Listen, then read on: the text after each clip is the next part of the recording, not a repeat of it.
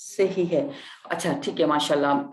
आज हम लोग आपको बहुत ही अहम चीज जो हम आमतौर पे इग्नोर कर देते हैं और हॉस्पिटल के अंदर इन चीज़ों को फोकस नहीं किया जाता, तो उसके ऊपर बात करेंगे। और मैं कोशिश करूंगी कि मैं आपके साथ उसके क्या क्या चीजें हो सकती हैं जिसको हमें देखना चाहिए और उनके क्या कॉन्सिक्वेंसेस हो सकते हैं, और वो हमारे इन्फेक्शंस पे या हमारी हेल्थ पे किस तरह से इम्पैक्ट डालते हैं, उसको हम साथ साथ डिस्क्लोज करते जाएं। ठीक है।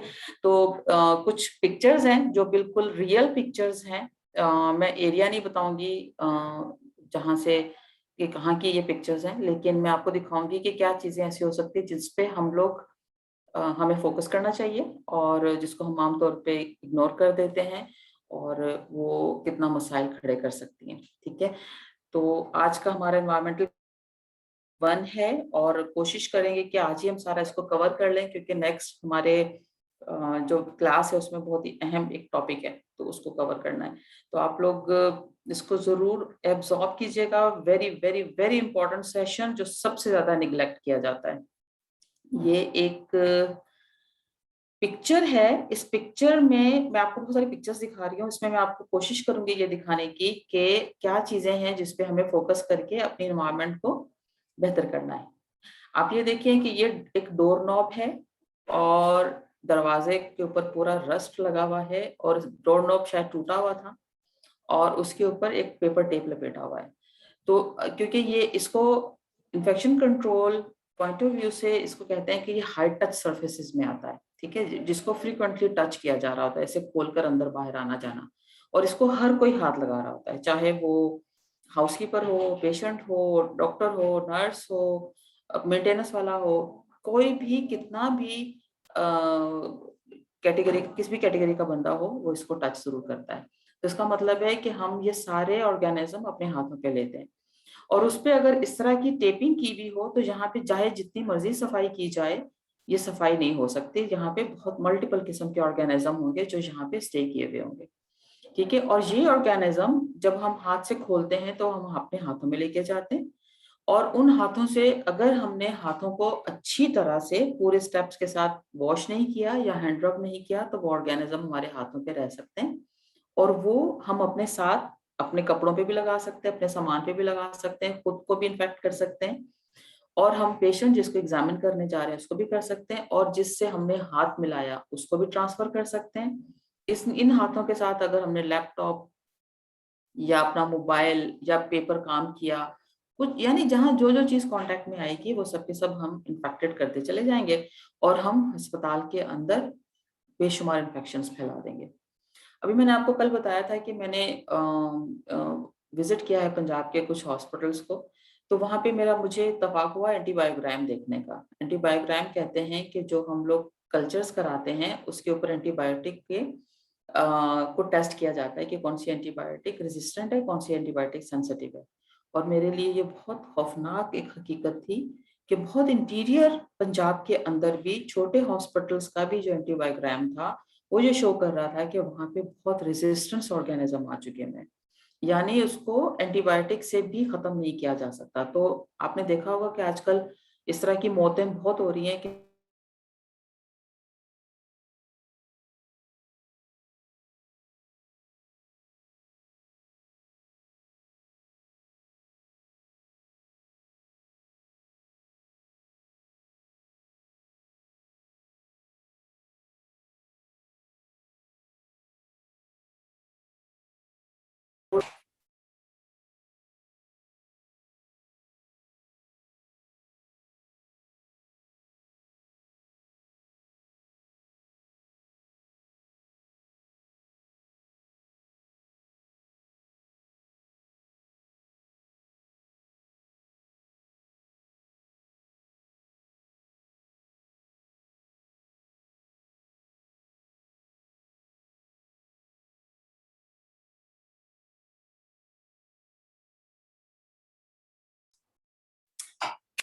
सॉरी, मेरे ख्याल नेट नेट में कुछ मसला था, तो आवाज वो हो गई, डिस्कनेक्ट हो गई। अब आ रही है आवाज आपको?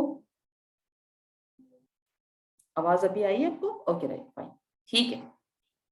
तो हम बात कर रहे थे कि रेजिस्टेंट पैटर्न बढ़ता जा रहा है। इसका मतलब है कि यहाँ अगर कोई ऐसा एक भी जरासीम पड़ा हुआ है और वो हमने अपने हाथों से मरीज को दे दिया, तो हमने क्या किया, हम डिस्ट्रीब्यूट किया उसकी मोर्टेलिटी एंड मोर्बिडिटी में अपना रोल, तो वो हमें नहीं करना है।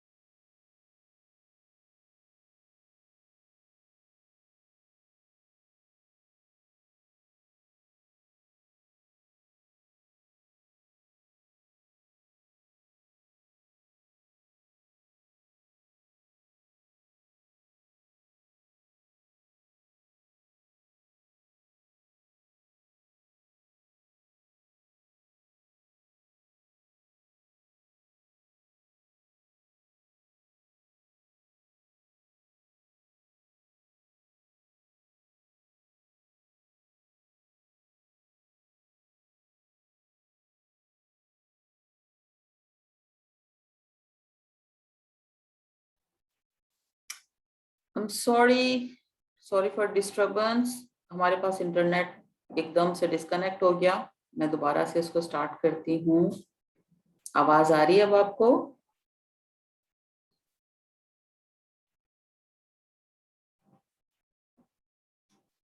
आवाज आना शुरू हो गई? ठीक है, इन चीजों को देखना है। उसके बाद आप नोटिस बोर्ड एक देख रहे हैं। आमतौर पे हमारे हॉस्पिटल्स में इस तरह से ओवरलोडेड, आउटडेटेड, गंदे, फटे पुराने बहुत सारे पेपर्स लगे हुए होते हैं, और हम कभी नहीं सोचते कि ये कितना बड़ा सोर्स हो सकते हैं डस्ट एक्यूमुलेशन के लिए, और इसको हम कैसे, हमें इसको खत्म करना है। तो इसको आप लोगों ने अपनी नजर, अपनी उन चीजों की तरफ जरूर देखना है। तस्वीरें दिखाने का मकसद सिर्फ यही कि आप अपनी सराउंडिंग में नजर डालें, जहाँ कि हमारे आसपास में क्या कुछ हो रहा है। ये एक मैट्रेस है जो फटा हुआ है, और ये इस तरह से सोर्स बन सकता है कि अगर इसके ऊपर कोई पेशेंट लेटा है और उसका ब्लड या बॉडी फ्लूइड इसके अंदर चला जाता है, इस फटे हुए रेक्सिन को क्रॉस करके इस मैट्रेस के अंदर, तो हम इसको कभी क्लीन नहीं कर सकते, हम कभी इसको डिसइंफेक्ट नहीं कर सकते। तो हमेशा आपका जो रेक्सिन है मैट्रेस का, वो इंटैक्ट रहना चाहिए, कहीं से भी फटा फटा नहीं होना चाहिए। और ये मेंटेनेंस डिपार्टमेंट को इसकी टाइमली सारी इंफॉर्मेशन जानी चाहिए।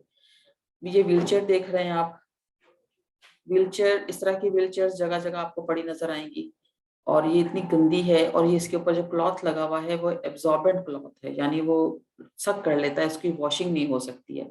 तो कोशिश करें ऐसी जगहों पे वाटर रेजिस्टेंस रेक्सिन जो है उसको रिकमेंड करें कि वो लगना चाहिए, वरना ये जितने पेशेंट इसके ऊपर बैठते जाएंगे वो डिजीज स्प्रेड करने का बायस बनते जाएंगे।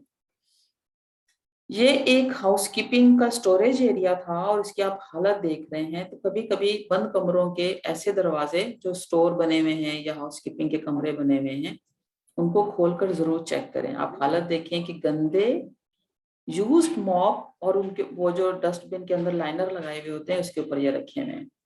तो ऐसा ये बहुत ही मैसी एक इन्वायरमेंट है, जो एक बहुत बड़ा सोर्स बन सकता है इन्फेक्शन स्प्रेड करने के। मैं हमेशा कहती हूँ कि इन्फेक्शन कंट्रोल कोई बहुत रॉकेट साइंस नहीं है, ये सामने सामने की देखने की चीजें हैं, छोटी छोटे काम है जो बड़े बड़े इम्पैक्ट डालते हैं। इस तरह की सीजर, मुझे नहीं समझ आया कि इस सीजर को क्यों ड्रेसिंग की हुई है, लेकिन ये एक बहुत बड़ा सोर्स हो सकता है इन्फेक्शन फैलाने के लिए। ठीक है, तो कितने लोग हैं जो इस तरह की चीजें उनके हॉस्पिटल में उनको नजर आती हैं? ऐसा होता है, सीजर पे हम खुद ही कारीगरी कर देते हैं और हम इसको डिस्कार्ड करके नई नहीं मंगवाते। छोटा सा अमाउंट है लेकिन हम बहुत बड़ा सोर्स बना देते हैं इन्फेक्शन का। कितने लोग हैं जो ये कारीगरी करते हैं?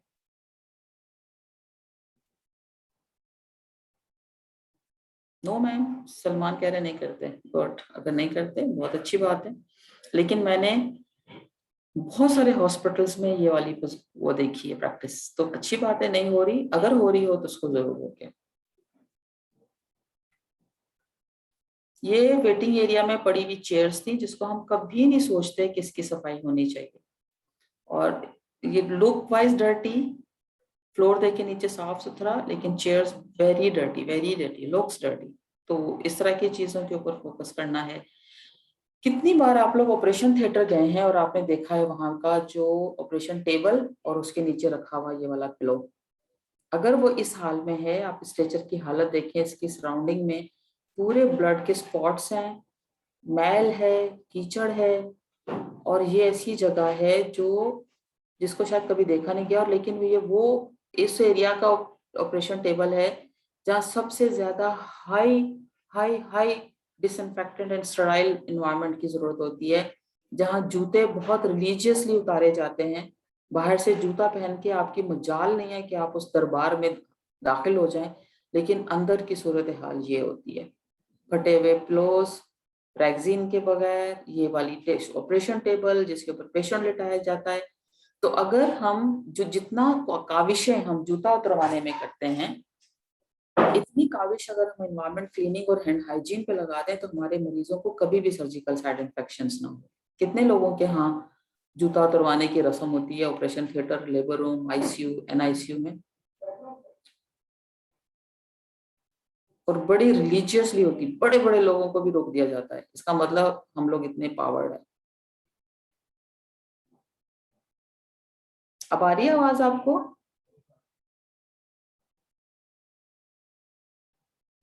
जमी मैं बताती हूँ कि बायोग्राम के बारे में, एंटी बायोग्राम के बारे में जरूर बताऊंगी, लेकिन ये एनवायरमेंटल वाला है और हम इस पे बात कर रहे हैं।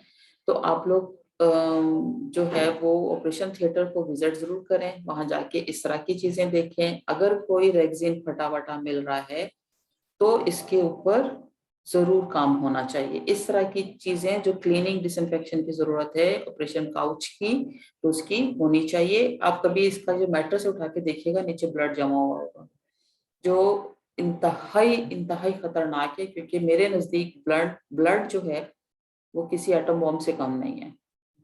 कितने हॉस्पिटल में इस तरह का चिटल फॉर्सप यूज होता है, जिसको एक इस तरह के गिलास, स्टील गिलास में डाल दिया जाता है, उसके अंदर ये येलो सोल्यूशन जो बराबर में रखा हुआ है, जिसे मैं थूक शेक कहती हूँ, ये इसके अंदर डाल देते हैं, और ये फॉर्सिप इसके अंदर महीनों पड़ा रहता है, और हम एज्यूम करते हैं कि ये जो फॉर्सिप, जिसे हम चिटल फॉर्सिप कहते हैं, ये स्ट्राइल होगा, और इससे हम स्ट्राइल आइटम्स को आराम से हैंडल करते हैं। कितने हॉस्पिटल में ये वाली प्रैक्टिस है? ऐसा होता है आप लोगों के यहाँ?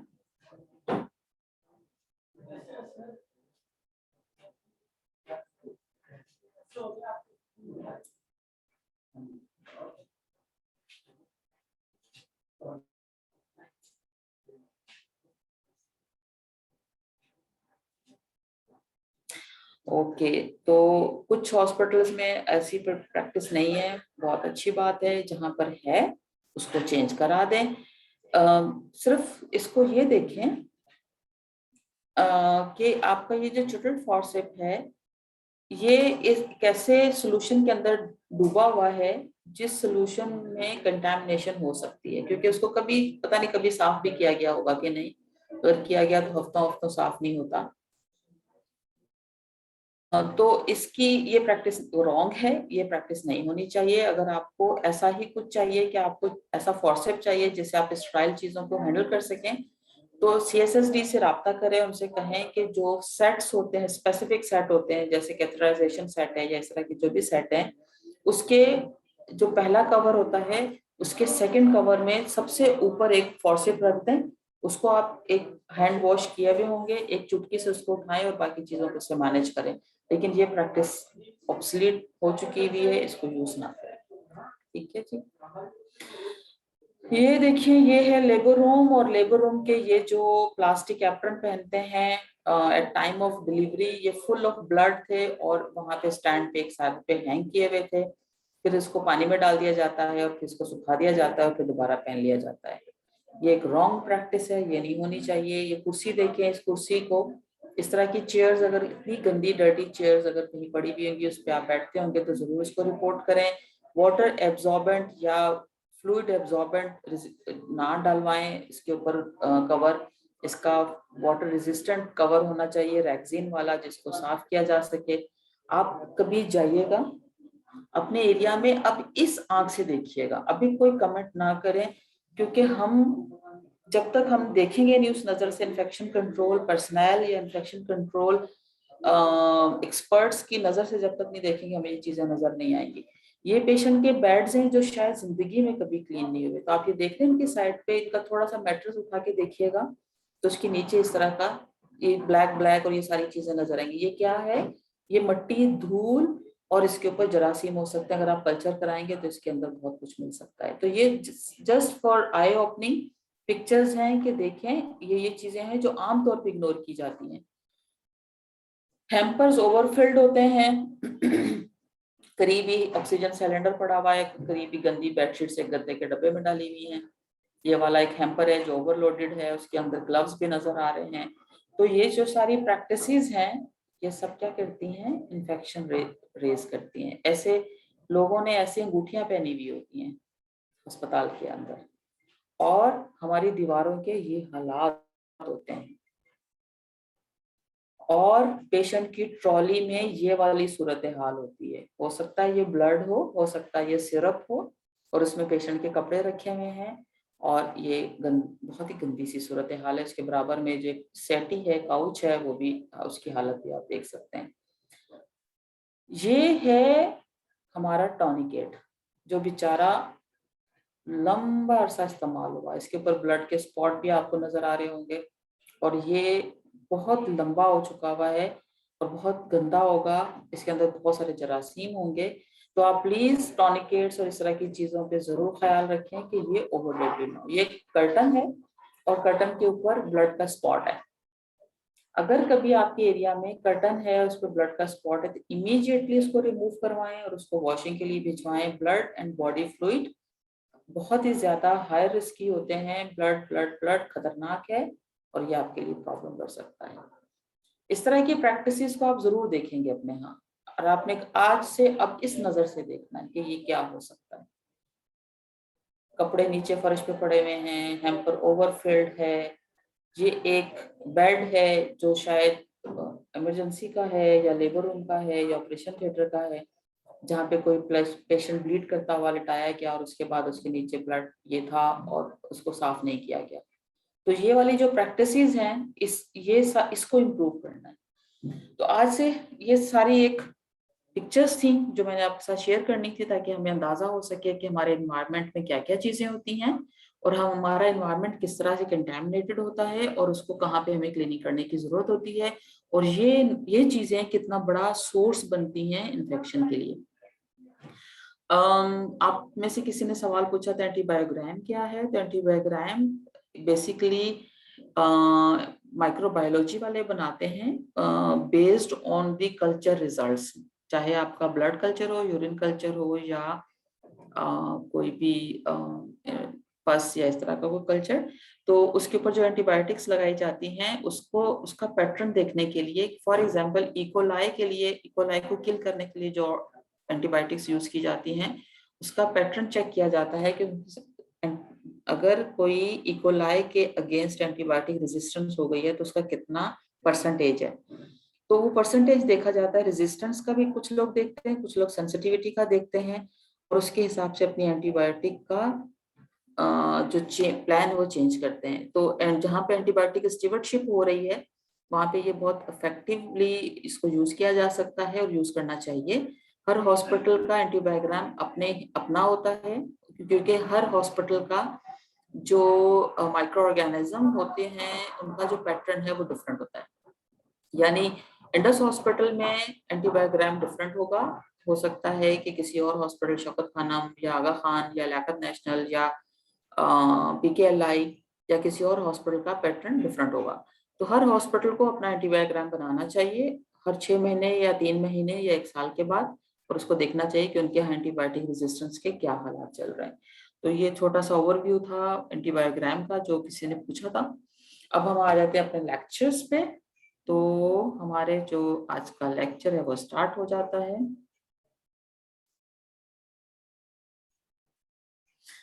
देखिए, एंटीबायोटिक का जो रेजिस्टेंट पैटर्न है वो देखना पड़ेगा कि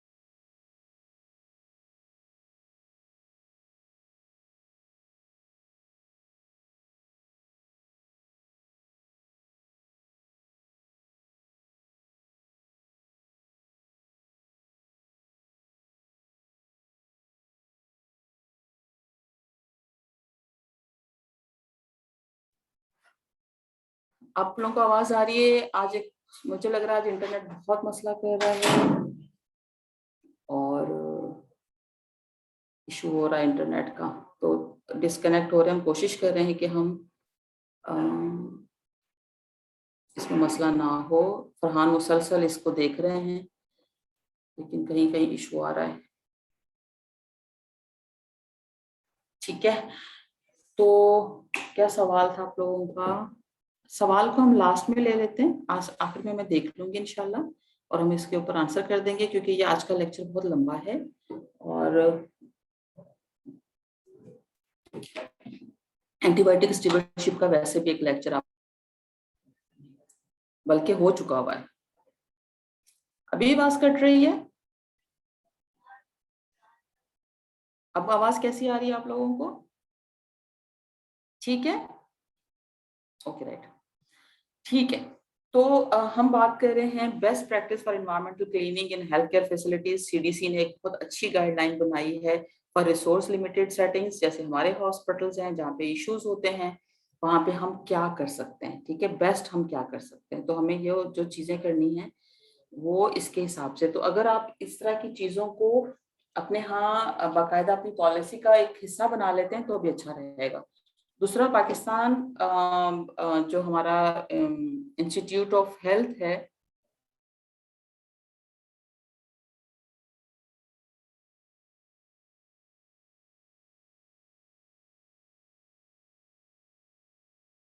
एक गाइडलाइन तैयार की है, वो फाइनल उसके उसमें है, उसको उर्दू में बनाया है ताकि हाउसकीपिंग और इस टीम को दिया जा सके और वो लोग इसको इसको पढ़ सकें, तो वो गाइडलाइंस आ जाएगी तो वो भी सहूलत हो जाएगी।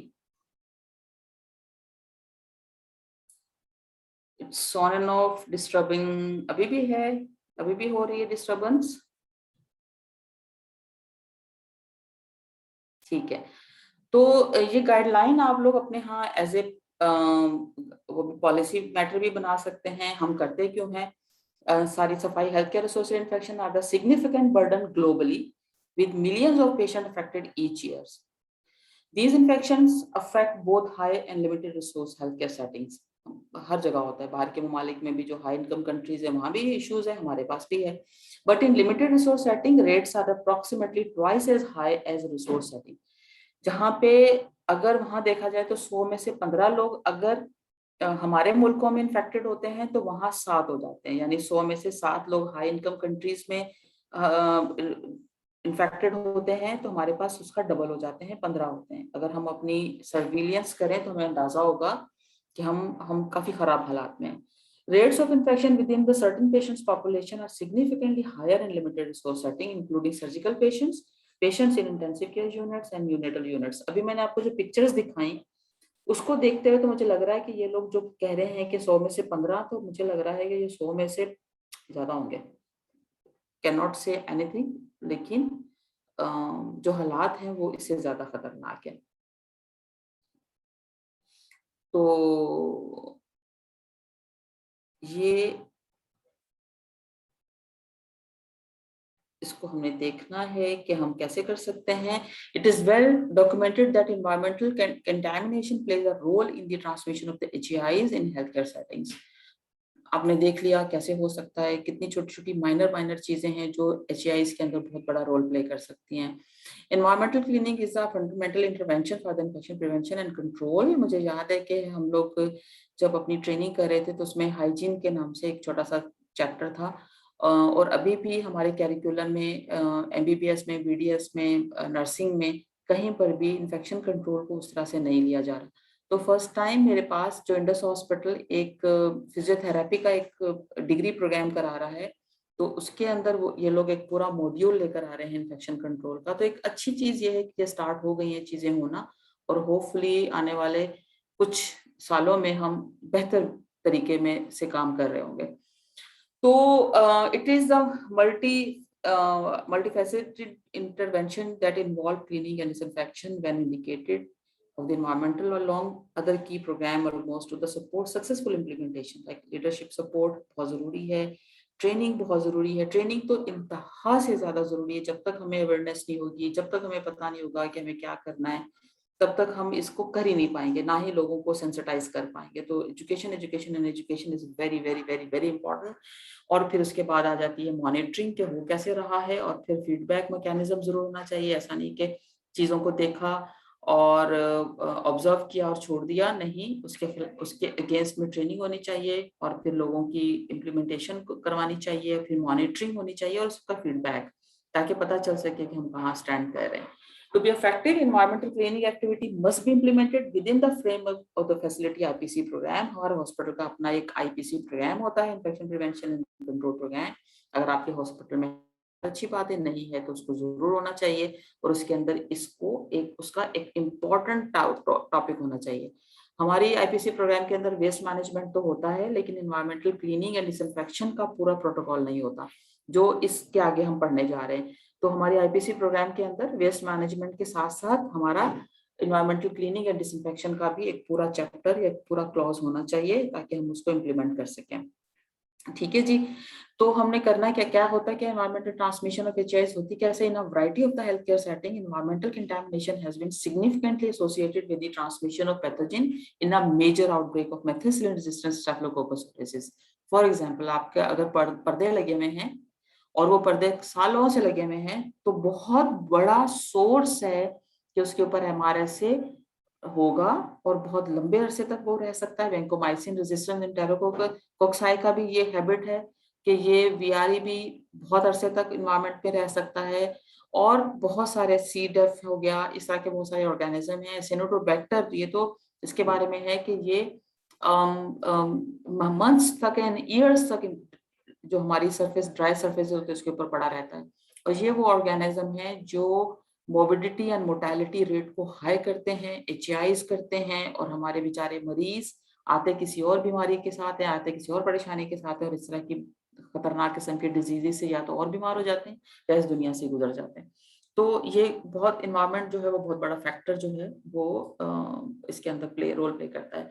Outbreak investigation have determined that the risk of the patient's colonization and the infection increases significantly if the patient occupied a room that has been previously occupied by the infected other colonized patient। अगर एक ऐसा bed या ऐसा room जो किसी ऐसे patient ने इस्तेमाल किया है जो कि इन्फेक्टेड था या कॉलोनाइज था with any type of organism, और उसके जाने के बाद उसकी प्रॉपर क्लीनिंग या टर्मिनल क्लीनिंग नहीं हुई, हर पेशेंट की शिफ्ट होने के बाद जो रूटीन होनी चाहिए वो नहीं हुआ, तो दूसरा आने वाला पेशेंट उससे इन्फेक्टेड हो जाएगा या कॉलोनाइज हो जाएगा।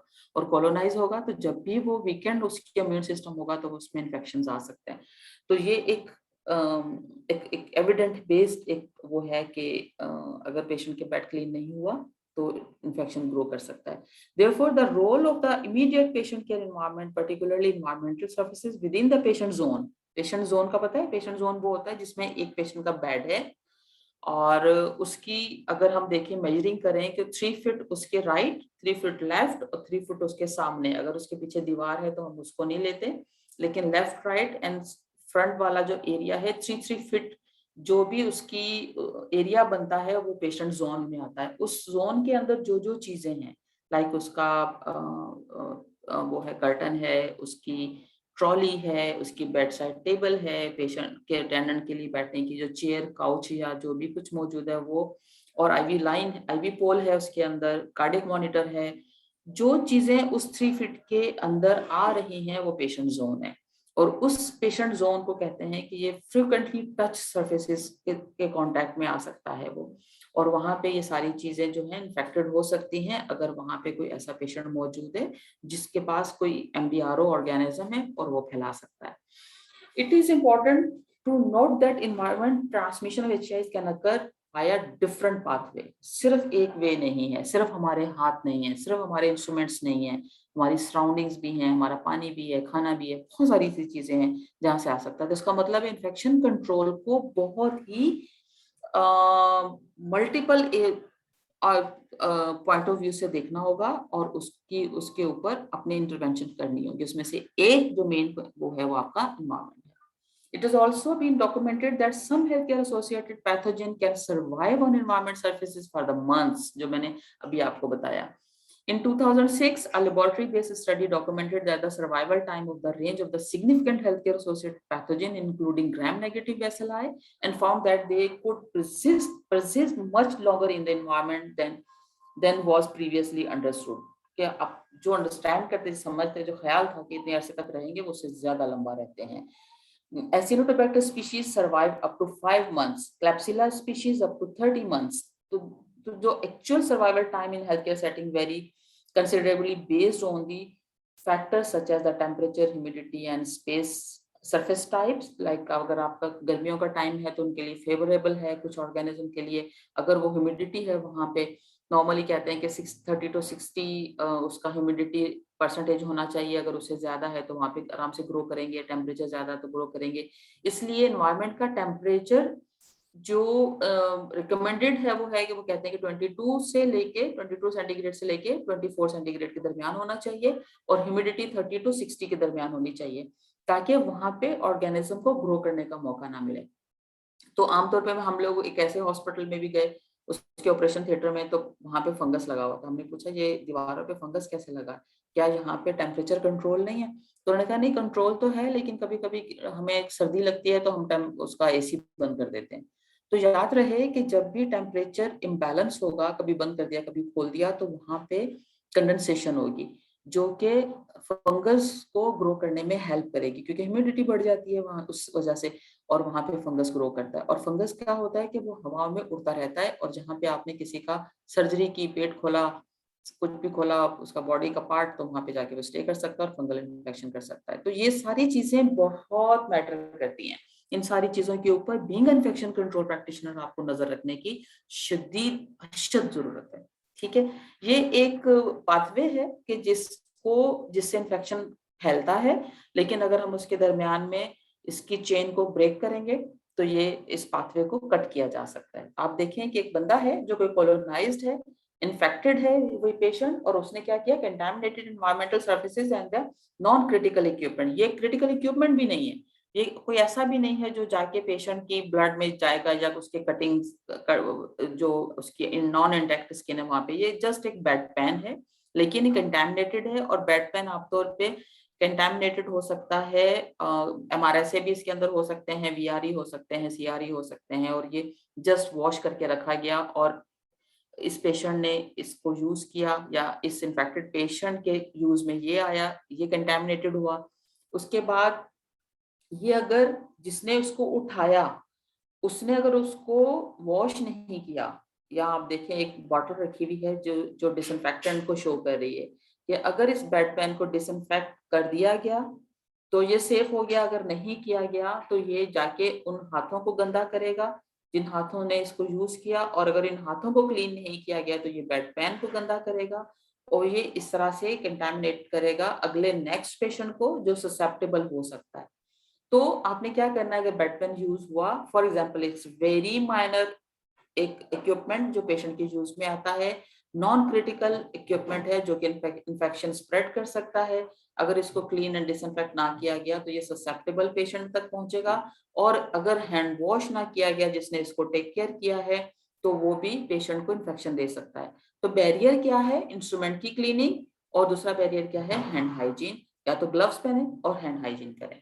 तो ये इसको इस पाथवे को हम कट कर सकते हैं, इस चेन ऑफ इन्फेक्शन को हम कट कर सकते हैं with the help of the instrument cleaning and disinfection and hand hygiene. तो एनवायरमेंट क्लीनिंग और इन्फेक्शन प्रिवेंशन एंड कंट्रोल का क्या रोल है? Environmental cleaning is part of standard precaution. हमारे स्टैंडर्ड प्रिकॉशन का जो हमने कल पढ़ी है इसका एक पार्ट है which should be applied to all patient in all health care facilities.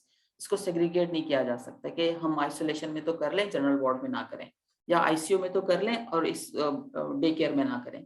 ये हर जगह एक जैसा इस्तेमाल होगा। इसकी सारी जो गाइडलाइन है उसकी इम्प्लीमेंटेशन एक जैसी होगी। हाँ, उसकी फ्रीक्वेंसी में चेंज आ सकता है, जो कि आगे वाले चार्ट्स में हम आपको दिखाएंगे। It is important that environmental cleaning program be implemented within the framework of the facility level IPC program, जो मैं आपको बता चुकी हुई हूँ, where possible during staff training and education. For example, consider generating synergies and highlighting the relationship between the environmental cleaning and hand hygiene activities in preventing the environmental transmission of HEIs. जैसे हमने पहले वाले graph में देखा कि आप इसको connect करें एक दूसरे के साथ, कि किस तरह से हम ये सारी प्रैक्टिसेस को एक साथ ले जाके बेहतर पेशेंट केयर दे सकते हैं। Facility level IPC program include multiple elements ranging from the surveillance of FRHIs to training and education for all health care workers on IPCs. होता क्या है कि जब भी हम कोई अच्छी प्रैक्टिस करते हैं और हम अच्छी ट्रेनिंग देते हैं और फैसिलिटीज प्रोवाइड करते हैं टू हेल्थ केयर वर्कर्स, अगर वो उसको अप्लाई करते हैं तो अल्टीमेटली उसका इम्पैक्ट पेशेंट पे पड़ता है। उस पेशेंट के इम्पैक्ट को मेजर हम कैसे करते हैं? With the help of the patient surveillance और HEIs के रेट्स को देखते हुए। जितना अच्छा हमारा प्रैक्टिसेस होंगी उतना ही कम हमारा HEIs का रेट होगा। ठीक है, तो जी core components of IPC program में क्या आता है? Environmental cleaning is address explicitly within the core component A, जिसमें क्या है? Built environment, material and equipment for the IPC at the facility level, implementation of the environmental cleaning such as the core component 2 में क्या है कि IPC, ये पूरा एक आईपीसी गाइडलाइन है। ये बुक आप ये बुक जो है डाउनलोडेबल है, नेट पे अवेलेबल है, आप लोग उसमें देख सकते हैं इसका पूरा डिटेल। मैंने इसमें से सिर्फ थोड़ी सी आप लोगों को बताने के लिए इसमें से चीजें उठाई हैं। आप लोगों को किसी को डिटेल पढ़नी है तो उस बुक को फॉलो कर सकते हैं। It's very excellent book. तो इसकी जो core components IPC education and training है, और कोर कंपोनेंट 6 में monitoring and audit of IPC है। ये हमें सारी जो चीजें हैं ये हमारी हेल्प करती हैं पेशेंट के HEIs को रिड्यूस करने के लिए और उसको मॉनिटर करने के लिए कि क्या जो हमने सारी काविशें की उसका रिजल्ट पेशेंट के ऊपर क्या निकला। ठीक है जी। तो environmental cleaning and wash infrastructure, wash जो है वो बेसिकली WHO का प्रोग्राम है, और health care facilities must have adequate water and sanitation infrastructure, for example safe water disposal to perform environmental cleaning according to the best practice। आपके पानी की system होना चाहिए कि क्या क्या चेक किया जा रहा है और पानी के क्या हालात हैं, कितनी जल्दी उसके कल्चर्स किए। जैसे मैंने एक हॉस्पिटल में देखा, वहां पे पानी के अंदर कंटिन्यूसली सुडोमोनास इकोलाई की ग्रोथ आ रही है। इसका मतलब है कहीं पे वो कोई कंटामिनेटेड सेवरेज लाइन है जो मिक्स हुई भी है पानी के साथ, और वो पानी हॉस्पिटल को प्रोवाइड किया जा रहा है। तो सोचें कि वो पानी कितना ज्यादा हाई इन्फेक्शन कॉज कर सकता है। तो और इसके अलावा सेवरेज लाइन किस तरह की है, वो पानी वहीं से किस तरह से ड्रेन हो रहा है, वो गटर लाइन कहीं ब्लॉक ना हो रही हो, वो हॉस्पिटल को कंटामिनेट ना कर रही हो।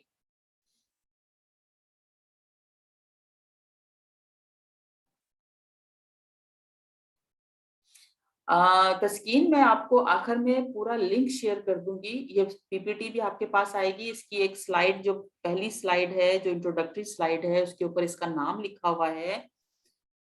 आवाज क्लियर नहीं आ रही? अब आ रही है तस्कीन? आवाज क्लियर है आपको?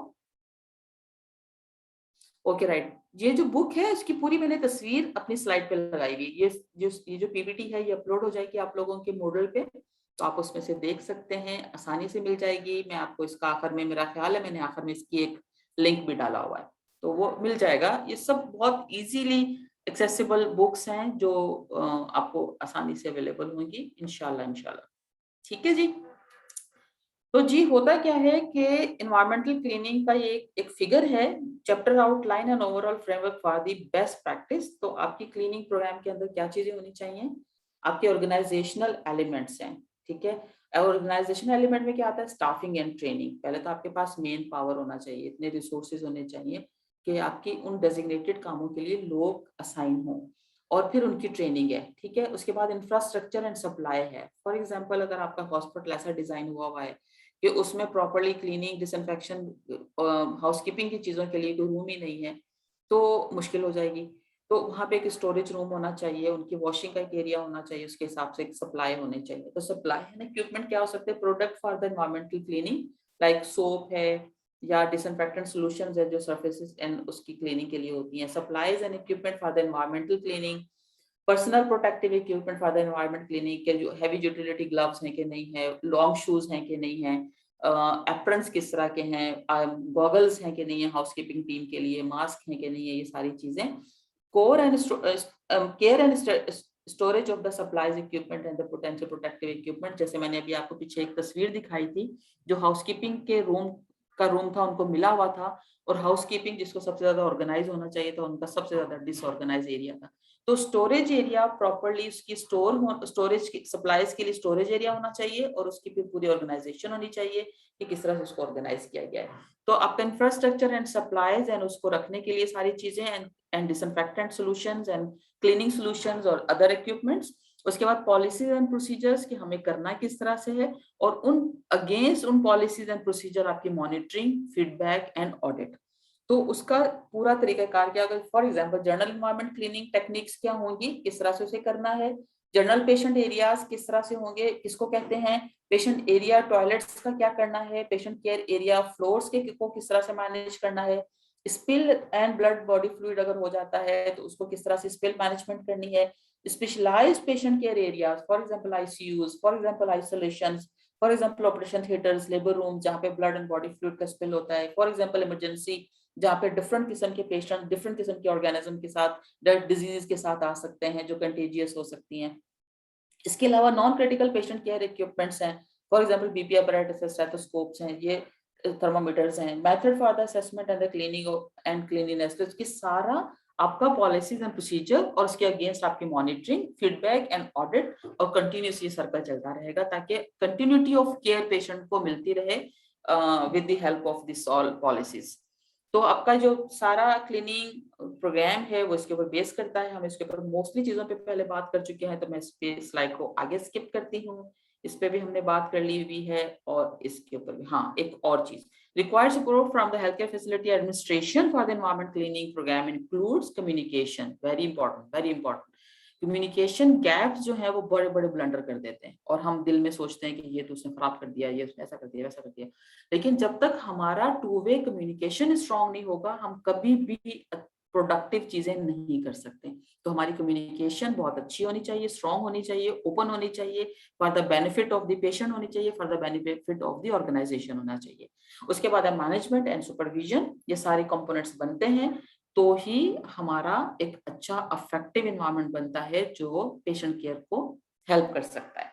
ठीक है जी, मैं जा रही हूँ अब सीधा आपकी उसके ऊपर, क्योंकि इसके ऊपर हम बहुत सारी बातें कर चुके हैं, नहीं इसमें करने की जरूरत है। ठीक है, appropriate staffing level, number of staff, इसके लिए अगर नॉलेज होगी आप लोगों को तो आप उसके लिए बात कर सकते हैं कि हमारी इतनी अगर स्टाफिंग है तो हमारा इतना एरिया है जिसको कवर करने के लिए हमें इतने लोग चाहिए होते हैं। ठीक है, कैपेसिटी क्या करनी है, ट्रेनिंग और एजुकेशन देनी है। अगर आपके पास लोग होंगे तो आप उनकी ट्रेनिंग एंड एजुकेशन कर सकेंगे। और उसके बाद आप cleaning staff should always be paid position that have written job description और टर्म ऑफ रेफरेंस। उनको पता होना चाहिए कि उनका काम क्या है। ठीक है, अगर हमारे पास एक हाउसकीपर है या एक पोर्टर है तो उसकी जेडी बनी भी नहीं चाहिए, जॉब डिस्क्रिप्शन होनी चाहिए कि किस तरह से उसे काम करना है, क्या क्या काम उसके डोमेन में आते हैं, और क्या ऐसे काम है जो एक्स्ट्रा करना है, कर रहा है, जो उसकी जेडी में शामिल नहीं है। Structured targeted training, for example अगर हम किसी हाउसकीपर को लेकर बैठ रहे हैं और उसको हम पढ़ा रहे हैं इंस्ट्रूमेंट क्लीनिंग, डिसइंफेक्शन, तो ये यूजलेस होगा। लेकिन अगर हम हाउसकीपिंग को बिठा के पढ़ा रहे हैं कि हैंड हाइजीन है और तुम्हारे इन्वायरमेंट में कौन कौन सी चीजें हैं जो गंदी हो सकती हैं और उसको किस तरह से हमें साफ करना है, और उसकी लैंग्वेज में बता रहे हैं, तो उसके लिए ये ज्यादा बेहतर होगा। पीपीटीज अगर उर्दू में होंगी, जैसे अभी मैंने बताया था कि हमारी जो नेशनल इंस्टीट्यूट ऑफ हेल्थ जो है वो मिलके डब्ल्यूएचओ के साथ बना रहे हैं हाउसकीपिंग की, तो वो बाकायदा पिक्टोरियल है और उर्दू में है, आसान आवाज अल्फाजों में है, और पिक्चर्स में भी है, जहाँ पे अगर उर्दू भी पढ़ने समझ नहीं आ रही तो वहाँ पे पिक्चर्स हैं जो उनके लेवल पर बैठ के उनको समझाया जा सकता है या बताया जा सकता है। तो वो उनको करना है। डिफाइन परफॉर्मेंस स्टैंडर्ड्स और कॉम्पिटेंसीज, उनको जरूर ये चीजें डिफाइन होनी चाहिए कि उनको उनकी क्या कॉम्पिटेंसीज हैं और परफॉर्मेंस स्टैंडर्ड्स क्या होने चाहिए। Access to an outside supervise to ensure that they safely perform their work, for example address supply shortage, safety concerns, ये सारी चीजें कि अगर हो गया है, फॉर एग्जाम्पल हमारे पास पिछले दिनों ग्लव्स की शॉर्टेज हो गई और टाइमली मेरे पास सारी इंफॉर्मेशन आना शुरू हो गई कि हमारे पास ग्लव्स जो है शॉर्ट हो गए, तो अगर हमारे पास सप्लाईज उस वक्त ही इंडिकेट हो जाए कि वो शॉर्ट होना शुरू हो गई और हम फौरन फौरन उसके ऊपर एक्शन कर लें, तो हमारे पास कभी भी प्रॉब्लम नहीं आएगा। लेकिन अगर हमारे पास सब जगह से खत्म हो जाए और फिर हमारे पास इंफॉर्मेशन आए, तो वो हमारे लिए मैनेज करना मुश्किल हो जाएगा। तो टाइमली सारी चीजों को मॉनिटर करना, रिपोर्ट करना, एड्रेस करना very important. According to the best practice, cleaning staff should be familiar with their job description and performance standards, जो अभी हमने बात की। Be asked to perform duties only for which they were trained. Cleaning staff अगर है तो वो cleaning staff ही काम करेगा, वो किसी ऐसी जगह पे काम नहीं करेगा जो उसके डोमेन में नहीं आता। फॉर एग्जाम्पल हमने स्टाफ को ट्रेन किया फॉर दी वार्ड या ओपीडीज, उसको हम एकदम से ऑपरेशन थिएटर में नहीं भिजवा सकते कि वहां जाके क्लीनिंग कर लो, तो ये उसके लिए उसकी जॉब जेडी से बियॉन्ड होगा या उसकी नॉलेज और उसकी प्रैक्टिस से बियॉन्ड होगा।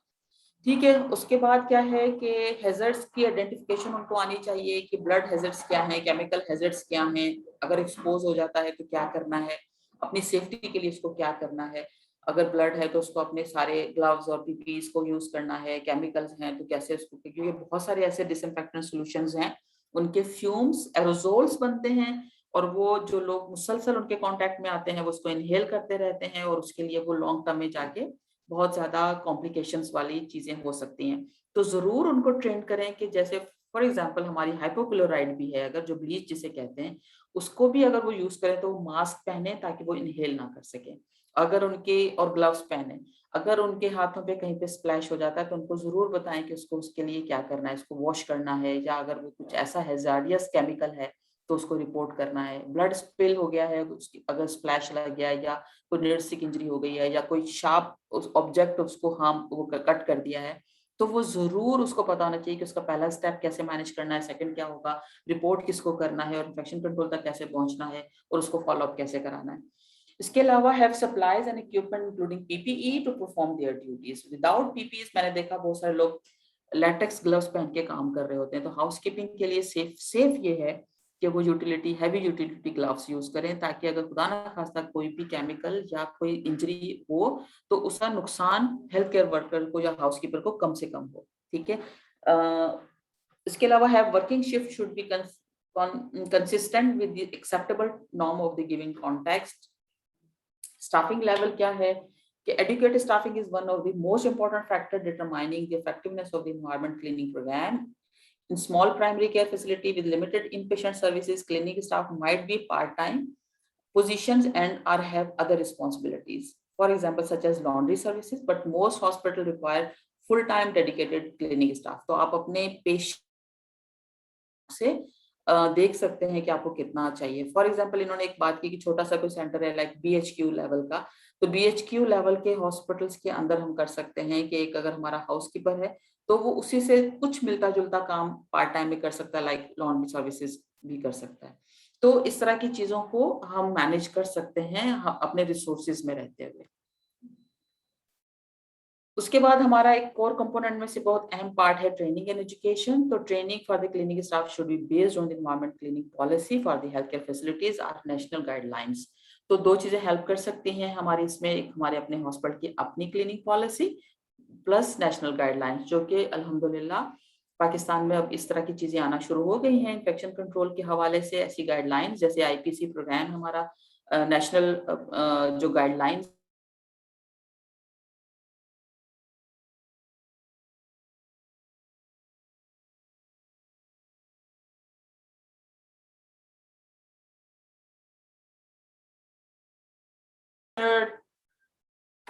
टारगेटेड, एक second, it should be targeted and structured होना चाहिए जो पढ़ा रहे हैं। इस पे हम पहले भी बात कर चुके हुए हैं। और हमने क्या किया है इसके अलावा, एसओपीज पे हमने बात कर ली हुई है। हमने सेफ्टी प्रिकॉशंस बतानी है, डिटर्जेंट डिसइंफेक्टेंट के बारे में बताना है, मेथड्स बताने हैं, हैंड्स ऑन ट्रेनिंग उनकी जरूर करानी है, डिमॉन्स्ट्रेशन होनी चाहिए विद प्रैक्टिस, ताकि उन लोगों को आइडिया हो कि उनको कामों को करना किस तरह। विजुअल रिमाइंडर्स लगाए जा सकते हैं, पोस्ट जैसे साइनेजेस होते हैं या पोस्टर्स होते हैं, ताकि उनको पता चल जाए कि हमें ये वाला काम किस तरह से करना है। ओरिएंटेशन नए स्टाफ का जरूर होना चाहिए, की कंपोनेंट्स उनको जरूर इन्फॉर्म करने चाहिए। ठीक है, इस तरह की बहुत सारी चीजों को करके हम इफेक्टिव प्रोग्राम आईपीसी का अपने हॉस्पिटल में रन कर सकते हैं। सारी वही चीजें हैं जो रिपीटेशन हो रही हैं, आप लोग इसको पढ़ सकते हैं। ये है वो चीजें, ये है वो चार्ट जो मैंने आपसे कहा था कि मैं आपको दिखाऊंगी, जिसमें से वॉश के हवाले से भी है कि डब्ल्यूएचओ वॉश फिट इंडिकेटर्स किस तरह से हो सकते हैं। तो एक तो ये कि improve water supply pipe into the facility और into the premises and the available, for example functional होना चाहिए। तो इसका पूरे एलिमेंट्स हैं जो कि हमारी इन्वायरमेंटल क्लीनिंग के प्रोग्राम को की रिक्वायरमेंट है, जरूरत है। ठीक है, फिर water service are available at all time of the sufficient quantity for the all uses. ऐसा नहीं कि पानी कभी है कभी नहीं है, तो उसका पूरा प्रॉपर रनिंग वाटर चाहिए होता है हॉस्पिटल की क्लीनिंग एंड डिसइंफेक्शन के लिए, तो उसकी होनी चाहिए।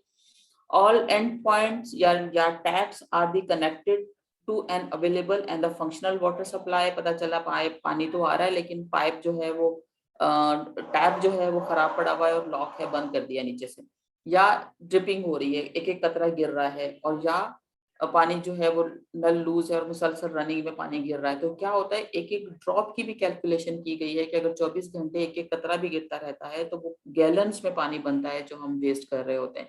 तो जरूर अपनी रिस्पॉन्सिबिलिटी को समझें, टाइमली कंप्लेन रजिस्टर्ड करवाएं ताकि वो चीजें सही हो सके और हमारा पानी सेफ हो सके। कहते हैं कि एक वक्त आएगा जब लड़ाइयाँ पानी पर होंगी, तो उस पानी पे लड़ाई होने से पहले हम अपने पानी को सेव कर लें। तो ये जरूरी है, जब भी आप खुद हैंड वॉश करें या कोई भी ऐसा काम करें तो नल को टैप को टाइटली बंद कर दें ताकि उसमें से पानी की ड्रिपिंग ना हो और पानी वेस्ट ना हो।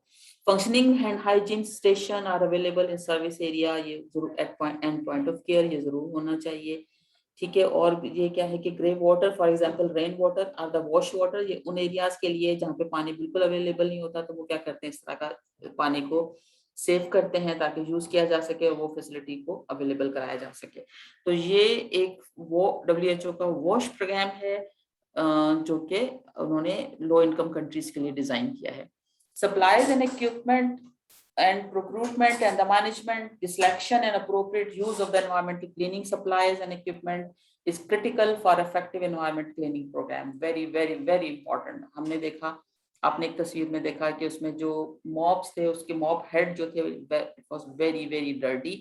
तो ये देखना होता है। इसके अलावा अस्पतालों के अंदर झाड़ू जो होता है, ब्रूम्स जिसे कहते हैं, झाड़ू अलाउ नहीं होता, उसके लिए ड्राई डस्टर्स यूज किए जाते हैं। तो इक्विपमेंट प्रॉपरली और जो सुटेबल इक्विपमेंट्स है उसकी पॉसिबिलिटी भी जो है वो बहुत जरूरी होती है।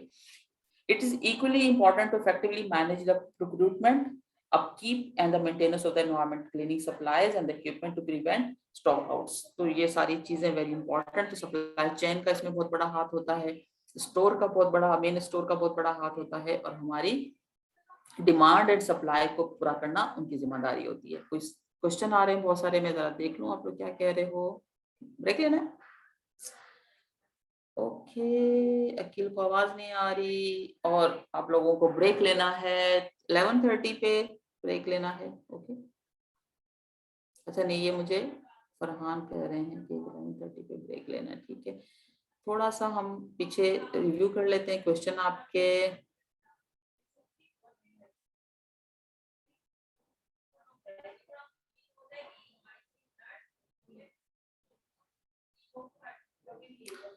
ओके,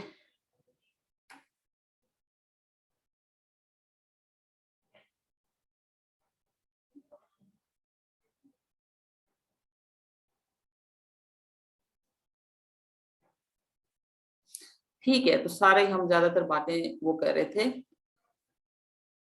आवाज क्लियर आ रही है कि नहीं आ रही है ना? तो अब आ रही है आवाज क्लियर? All set?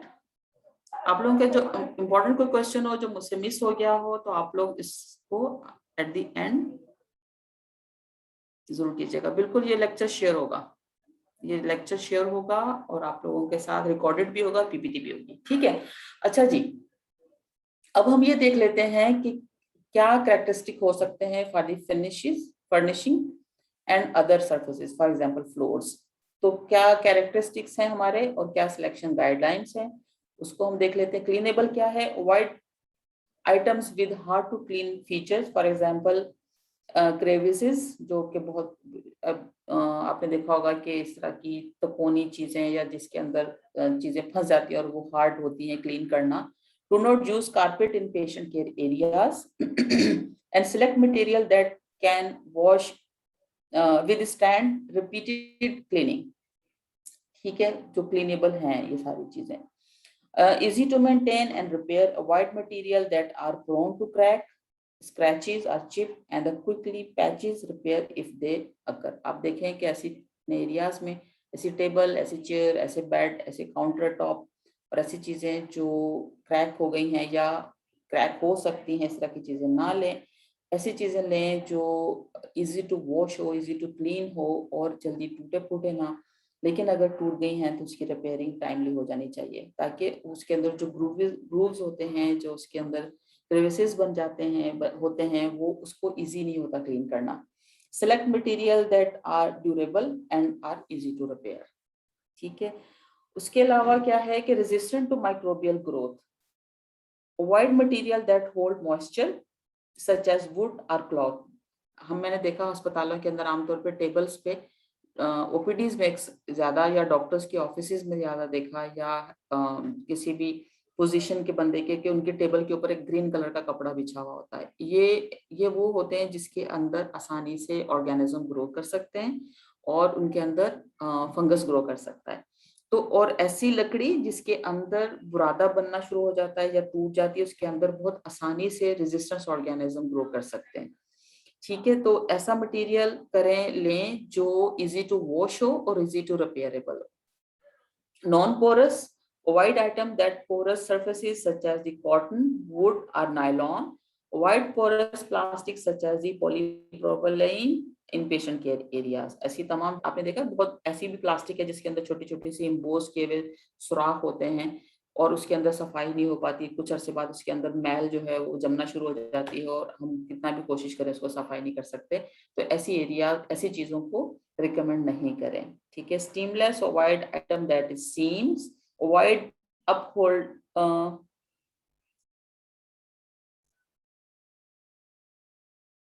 ऐसा फर्नीचर जो पेशेंट की एरिया में जो जिसके अंदर ऐसा एरिया जहाँ पे सफाई ना हो सकती हो या उभरे हुए हो या एम्बोस्ड हो या इस तरह का जो क्रैक जिस पे जल्दी पड़ जाते हैं, तो वो इंस्ट्रूमेंट्स पेशेंट केयर एरिया में नहीं होने चाहिए।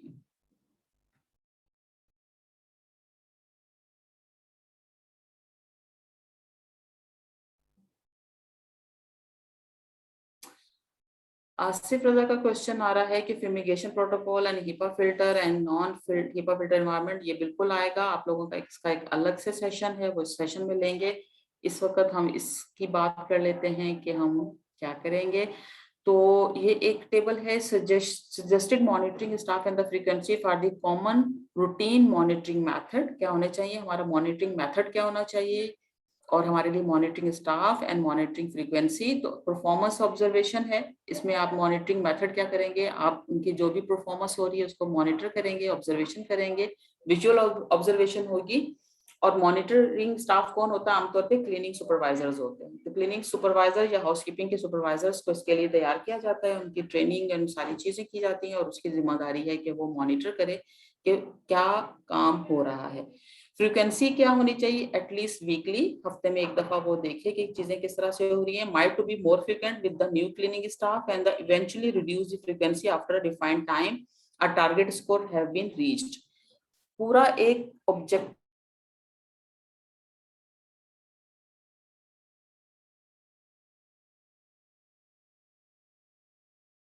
हो गए हैं, जिसको पता चल गया है कि वो काम करना स्टार्ट कर दिया है, आप उसके साथ अपना एक टारगेट स्कोर सेट कर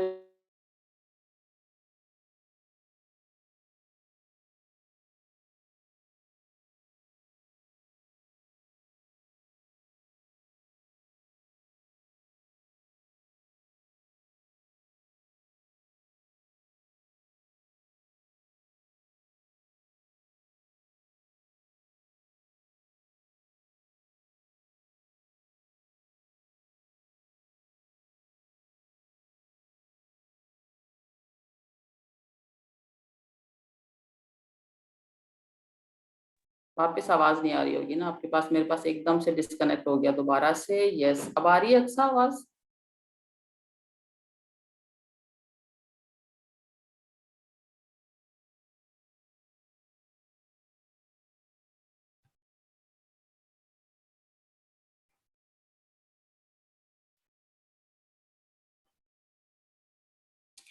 बस इंटरनेट के जो फायदे हैं कि आप लोग जहां जहां बैठे हैं पूरे पाकिस्तान में, हम एक जगह एक दूसरे को सुन पा रहे हैं, लेकिन इसके साथ उसके नुकसान भी हैं कि ये एकदम से हमारे लिए प्रॉब्लम खड़ी कर देता है। ठीक है, गायब हो जाता है, गायब हो जाता है, धोखा दे देता है।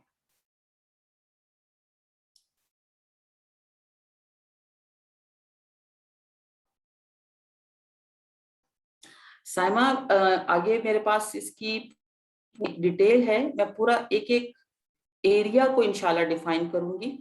तो हम लोग इस पे थे, ऑब्जर्व चाहिए। तो विजुअल असेसमेंट है, जो जिसको के क्लीनिंग सुपरवाइजर भी कर सकते हैं, हमारे कोई फोकल पर्सन अगर हमने कहीं पे मॉनिटर्स रखे हुए हैं वो भी कर सकते हैं, इन्फेक्शन प्रिवेंशन एंड कंट्रोल के लोग भी कर सकते हैं, आईसीपीस भी कर सकते हैं, या हाइजीन कमेटी स्टाफ होते हैं। हाइजीन एक कमेटी बनाई जाती है, एक एक्चुअली जहाँ पे अच्छा, अगर एक पूरा बहुत सारा स्टाफ नहीं है, infection prevention and control team अच्छी स्ट्रांग नहीं है, तो इन चीजों को पूरा करने के लिए कुछ कमेटीज बना दी जाती हैं, जो कुछ लोगों के साथ मिलकर कमेटीज बनाई जाती हैं। और उनको मॉनिटरिंग कमेटीज भी कहा जाता है, उनको इन्फेक्शन कंट्रोल मेंबर्स भी कहा जाता है, उनको इन्फेक्शन कंट्रोल मॉनिटर्स भी कहा जाता है, लिंक लाइनर्स भी कहा जाता है, लिंक नर्सेस भी कहा जाता है। कमेटी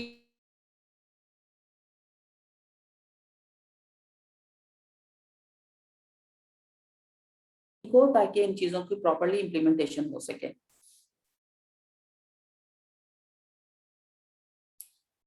ठीक है जी, तो मॉनिटरिंग फ्रीक्वेंसी कब हो सकती है? Developed eight facility level based on the local policy and context. आप अपनी रिसोर्सेज को देखते हुए अपनी उस मेथड को बना सकते हैं कि हमें अपना मॉनिटरिंग फ्रीक्वेंसी कितना रखना चाहिए, और हमारा मेथड क्या होगा, असेसमेंट, क्लीनिंग एंड क्लीननेस का क्या किस तरह से प्रोटोकॉल है। अगर आप ये बुक डाउनलोड कर लेंगे तो यहाँ पे जो लिखा हुआ आ रहा है method and assessment for the cleaning and cleanliness, तो उसका पूरा एक मेथड है जो इन्होंने एक्सप्लेन किया हुआ है, वो आपको हेल्प कर सकता है। तो आप बुक अगर अपने पास डाउनलोड कर लेंगे, जैसे अनीस ने डाउनलोड की हुई है, तो अनीस आप ये भी कर सकती हैं कि ग्रुप पे शेयर कर दें, तो हम इन सबके साथ शेयर कर देते हैं।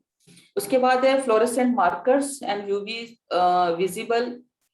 फ्लोरेसेंट मार्कर्स इस तरह से होते हैं जो कि ऑडिट टूल के तौर पे काम किए करते हैं, और इनका बहुत हाई टेक चीजें भी होती हैं और बहुत सस्ते वाले। हमने तो बीच वाली एक जुगाड़ निकाल ली थी और सस्ता वाला काम भी कर लिया था, लेकिन इसके मार्कर्स इस तरह से होते हैं जो अनविजिबल होते हैं।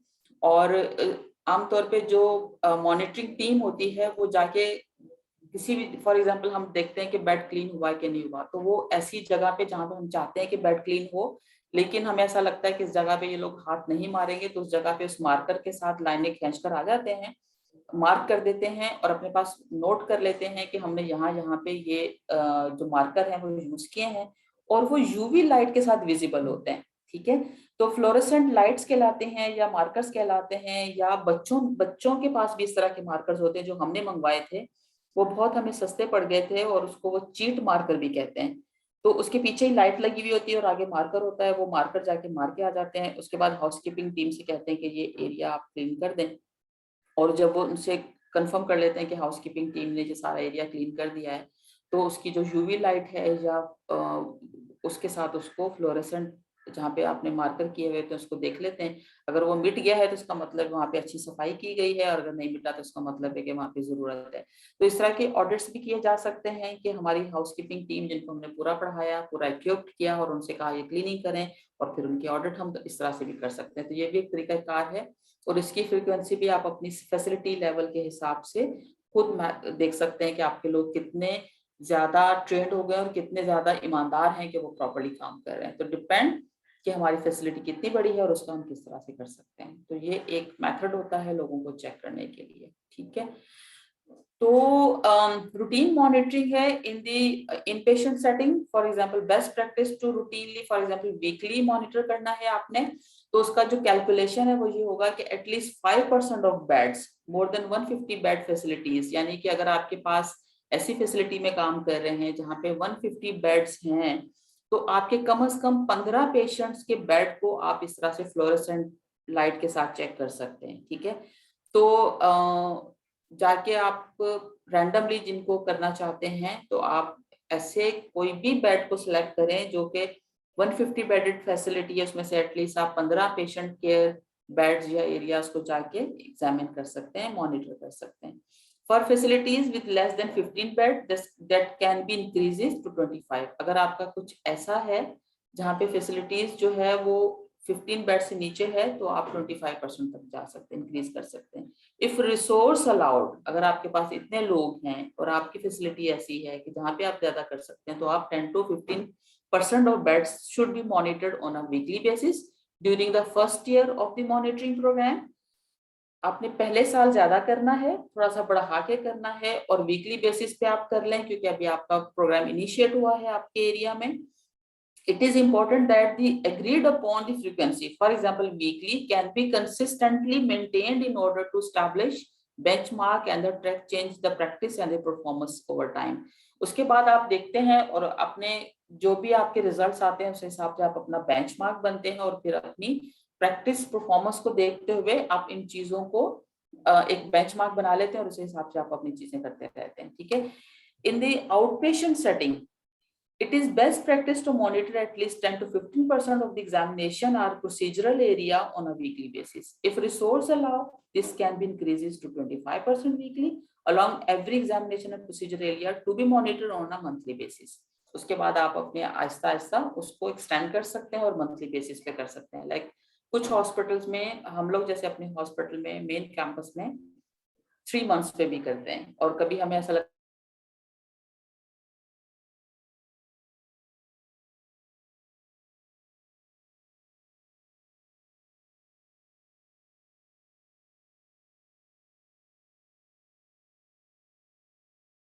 हम कंप्लीट फुलफिल करके कैसे इन चीजों को बेहतर कर सकते हैं। यस सना, ग्लो जम्स किट भी यूज कर सकते हैं क्योंकि उसके अंदर भी आर्टिफिशियल जर्म्स होते हैं, और वो जर्म्स को लगा के बिल्कुल कर सकते हैं। उसके बाद आप फ्लोरेसेंट वो जो आपकी यूवी लाइट्स है उसके साथ चेक कर सकते हैं, बिल्कुल हो सकता है ऐसा।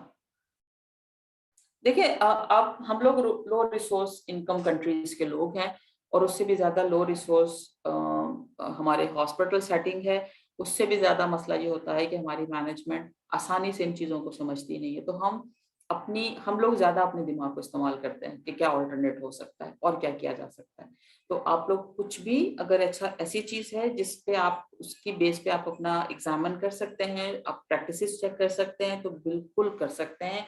जरूर सोचें और उसको मॉनिटर करें और फिर उसके आउटकम देखें कैसे हैं, और उसके हिसाब से उस चीजों को लोगों से उसकी नॉलेज भी स्प्रेड करें, शेयर करें, ताकि दूसरे लोग भी इस चीज को कर सकें। उसके बाद आ जाता है जी फीडबैक मैकेनिज्म। तो promptly return monitoring result to cleaning staff so that can make immediate improvement practice. आप जरूर दें, ऐसा नहीं हो सकता कि जनवरी में आपने इन्वायरमेंटल वो किया, एग्जामिन किया, उनकी मॉनिटरिंग की, और जाके अप्रैल मई और जून में जाके उनको रिपोर्ट कर रहे हैं।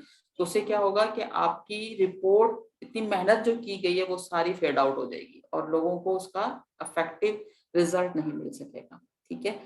तो to make more general improvement, और हमेशा ये रखें कि अपना फीडबैक जो है वो हायर मैनेजमेंट को दें। लाइक अगर हाउसकीपिंग का मैनेजर है या उस प्रोग्राम का मैनेजर है या आईसीसी कमेटी के जो मेंबर्स होते हैं उनके साथ जरूर शेयर करें, ताकि ऊपर से जो है इंस्ट्रक्शन आए और वो जो जो जो इम्प्रूवमेंट होनी है वो जल्द हो सके।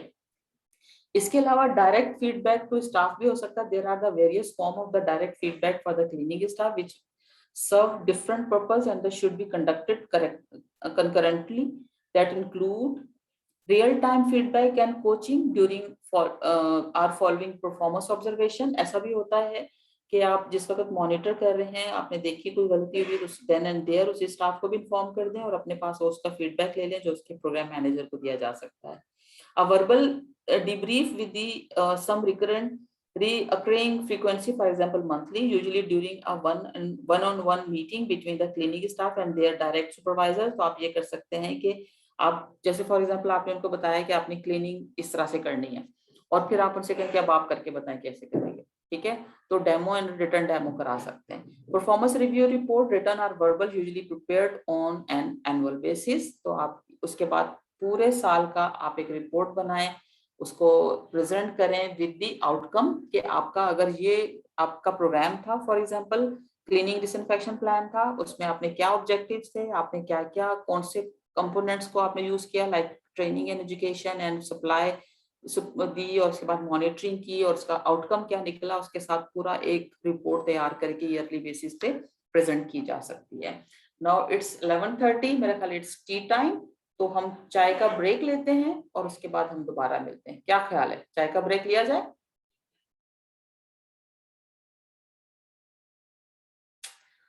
ओके, अक्सर सबसे ज्यादा चाय पीनी है, हाँ सबको चाय पीनी है, चले ठीक है, आपके साथ हम भी चाय पीते हैं और हम आपसे वापस मिलते हैं 15 मिनट्स के बाद। इस वक्त 11:30 हुए हैं, तो 11:45 इंशाल्लाह विद यू अगेन इंशाल्लाह। Till that, Allah Hafiz.